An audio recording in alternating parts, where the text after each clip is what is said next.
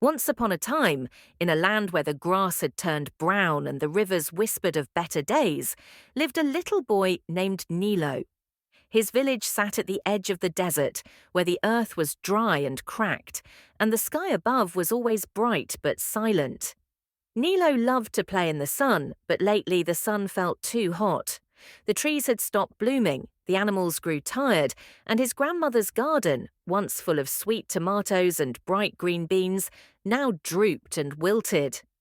"What we need is rain," his grandmother often said, "just one cloud with a good heart."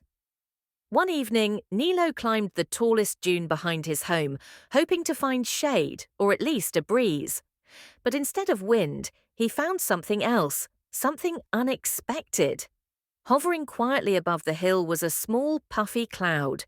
It wasn't big and powerful like the storm clouds in stories, nor dark and rumbling. This cloud looked soft and gentle, but its edges shimmered with silver tears. It was crying. Nilo blinked. He had never seen a cloud cry without rain falling. Curious and concerned, he climbed closer and called up, "Hey, are you okay?" The cloud sniffled. A tiny drop of mist floated down, landing softly on Nilo's nose. "No," the cloud said, its voice as soft as fog. "I'm not okay. I've forgotten how to rain." Nilo tilted his head. "But you're a cloud. Isn't raining what clouds do?" "I used to," said the cloud sadly. "Long ago, I was the happiest cloud in the sky. I floated over oceans, sang with the wind, and poured laughter down as rain. But one day I got lost in a storm. The thunder was loud and the lightning was sharp. It scared me. Since then, I've felt heavy and alone." Nilo sat on the sand and looked up with kind eyes.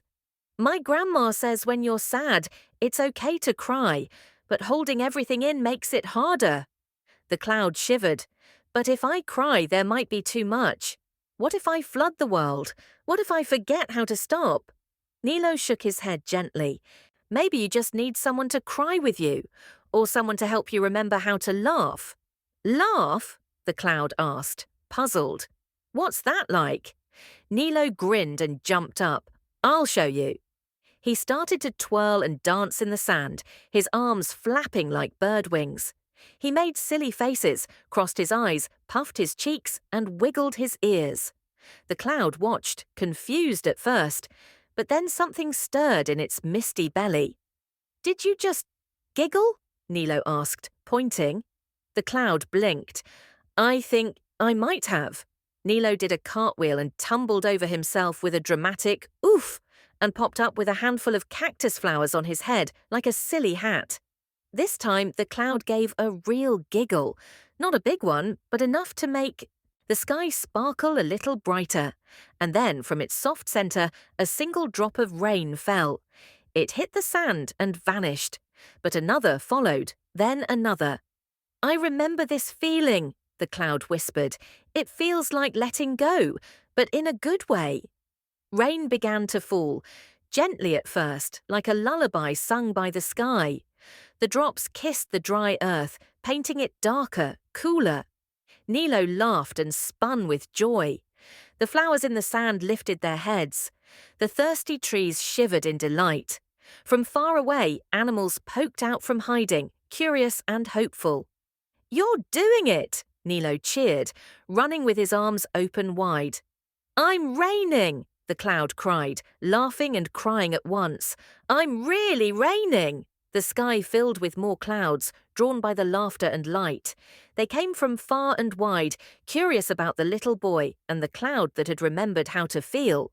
For hours the rain fell, not wild and angry like a storm, but kind and playful, like soft music. It filled puddles for frogs to splash in, soaked the roots of old trees, and turned the cracked earth into a patchwork of green and gold. When the rain finally slowed, the cloud floated lower, almost close enough to touch. "Thank you, Nilo," it said. "You helped me remember something important." "What's that?" the boy asked, brushing rain from his cheeks. "That it's okay to feel sad. It's okay to cry, but laughter and love, they help us float again." Nilo smiled. Grandma says helping someone else helps your own heart too. The cloud gave a little bounce of joy. You've helped my heart and the land. You're a sunshine boy. Just then, Nilo's grandmother climbed the hill, holding a bright umbrella and a basket of fresh bread. She looked up at the cloud with wonder, then down at her grandson. You did this? She asked. Nilo shrugged. I just made a cloud laugh.